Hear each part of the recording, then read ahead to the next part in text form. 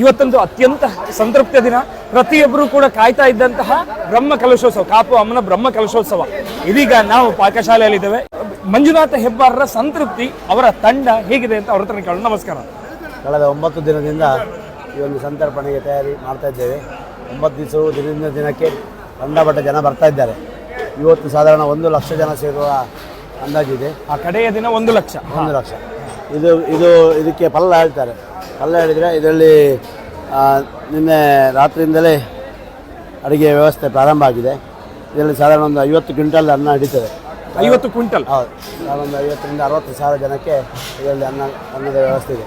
ಎಲ್ಲ ರೀತಿಯ ತಯಾರಿ ಮಾಡಿಕೊಂಡಿದೆ. ಇನ್ನು ತಾಯಿಯ ಇಚ್ಛೆ ಹೇಗುಂಟು ಹಾಗೆ ನಡೀತದೆ. ಈ 9 ದಿನಗಳಲ್ಲಿ ಇವತ್ತಿನದೊಂದು ಬಿಟ್ಟು ಇವತ್ತಿಗೂ 1 ಲಕ್ಷ ಆಗ್ಬೋದು. ಇಷ್ಟು ದಿನ ಎಷ್ಟು ಜನ ಒಂದು ಊಟ ಮಾಡಿ ಹೋಗಿರಬಹುದು? ಸಾಧಾರಣ ಒಂದು 9 ದಿನ 3 ಲಕ್ಷ ಜನ ಊಟ ಮಾಡಿ. 3 ಲಕ್ಷ ಜನ. ನಿನ್ನೆ ಮತ್ತೆ 2ನೇ ತಾರೀಕಿಗೆ ಅಂತೂ ಕಂಡಪಟ್ಟ ಜನ ಇತ್ತು. ಒಳ್ಳೆ ರೀತಿ ಎಲ್ಲ ವ್ಯವಸ್ಥೆಗಳಾಗಿದೆ. ಇವತ್ತೀಗ ಯಾವುದೆಲ್ಲ ಅಡುಗೆ ಇದೆ ಒಂದು ಸಂಕ್ಷಿಪ್ತವಾಗಿ ಹೇಳೋದಾದ್ರೆ? ಉಪ್ಪಿನಕಾಯಿ, ಕೋಸಂಬರಿ, ಚಟ್ನಿ, 2 ಬಗೆ ಪಲ್ಯ, ಚಿತ್ರಾನ್ನ, ಅನ್ನ, ಸಾರು, ಮತ್ತು ಮೆಣಸಿನಕಾಯಿ ಗಸಿ, ಮತ್ತು ಲಡ್ಡು, ಮಡ್ಡಿ, ಮತ್ತು ಸಜ್ಜಿಗೆ ವಡೆ, ಹಾಲು ಪಾಯಸ ಮತ್ತು ಗೋಧಿ ಪಾಯಸ, ಮಜ್ಜಿಗೆ, ಇಷ್ಟು ಐಟಮ್ಗಳಿದೆ. ಕಡೆಯದಾಗಿ ನೀವು ಅದೆಷ್ಟೋ ಬ್ರಹ್ಮ ಕಲಶೋತ್ಸವ ಇಷ್ಟು ದೊಡ್ಡದು ಇದು ಮಾಡಿದಿರಿ. ಸೊ ನಿಮಗೂ ಈ ಕಾಪು ಅಮ್ಮನ ಬ್ರಹ್ಮ ಕಲಶೋತ್ಸವದ ಒಂದು ವಿಶೇಷ ಅನುಭವವನ್ನು ಹೇಳಬೇಕು. ಅಂದರೆ ಎಲ್ಲರೂ ತುಂಬ ಜನ ಪಬ್ಲಿಕ್ಸ್ ಬಂದು ಮಾತಾಡಿ ಹೋಗ್ತಿದ್ದಾರೆ. ಒಳ್ಳೆಯ ವ್ಯವಸ್ಥೆ ಆಗಿದೆ, ಶುಚಿ ಆಗಿದೆ ಅಂತೇಳಿ ಸಾಕಷ್ಟು ಮಂದಿ ಪಬ್ಲಿಕ್ಸ್ ಬಂದು ಇಲ್ಲಿ ಹೇಳುವಾಗ ನಮಗೆ ಅದೇ ಒಂದು ಭಾಳ ಖುಷಿ. ಜನರಿಗೆ ಪಬ್ಲಿಕ್ಸಿಗೆ ಖುಷಿ ಆದರೆ ನಮಗೆ ಖುಷಿ. ದುಡ್ಡು ಸೆಕೆಂಡ್ರಿ. ಫಸ್ಟ್ ನಮಗೆ ಜನಗಳಿಗೆ ತೃಪ್ತಿ ಆಗಬೇಕು. ನಾವು ಮಾಡಿದ ಕೆಲಸಕ್ಕೆ ನಮಗೊಂದು ಸಂತೃಪ್ತಿಯಾಗಿ ಭಾವನೆ ಬರ್ತದೆ. ಸರ್, ಇಷ್ಟು ಜನ, ಇಷ್ಟು ದೊಡ್ಡ ವ್ಯವಸ್ಥೆ, ಸೊ ನಿಜಕ್ಕೂ ಒಂದು ಸಂತೃಪ್ತಿಯ ಕ್ಷಣ ಇದು ಅಲ್ವಾ ಸರ್? ಧನ್ಯವಾದಗಳು.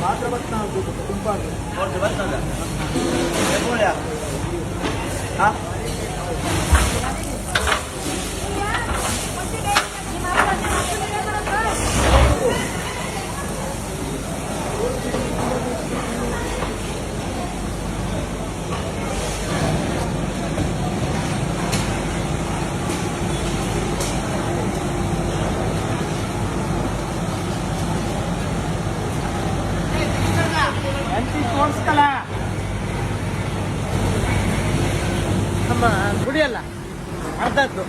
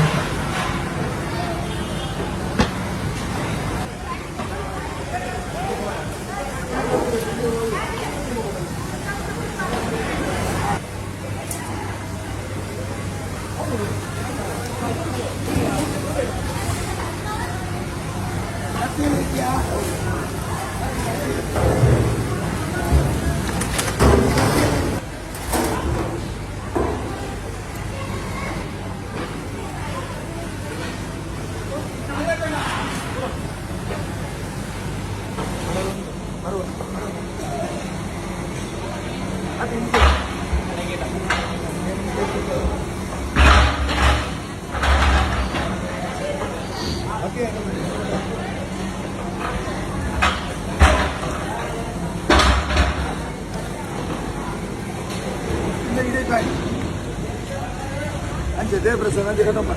Nanti apa mana?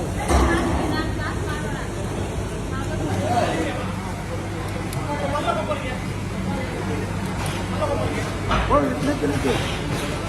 Itu berapa? Ayo berapa? Ini berapa?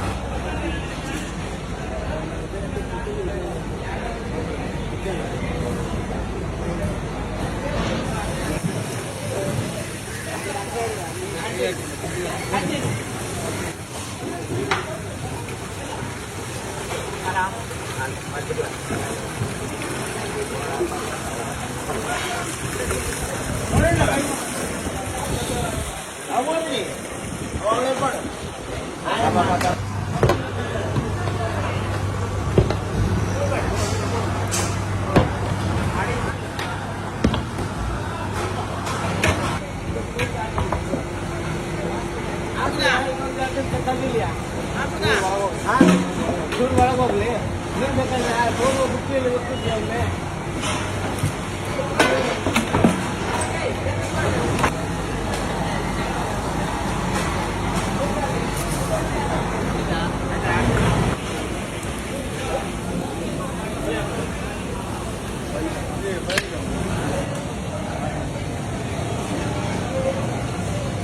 ಇದೇನು ಅಟ್ರಲ್ಲಿ ಮಾಡ್ಬೇಕು ಇದೇನು ಅಟ್ರಲ್ಲಿ ಮಾಡ್ಬೇಕು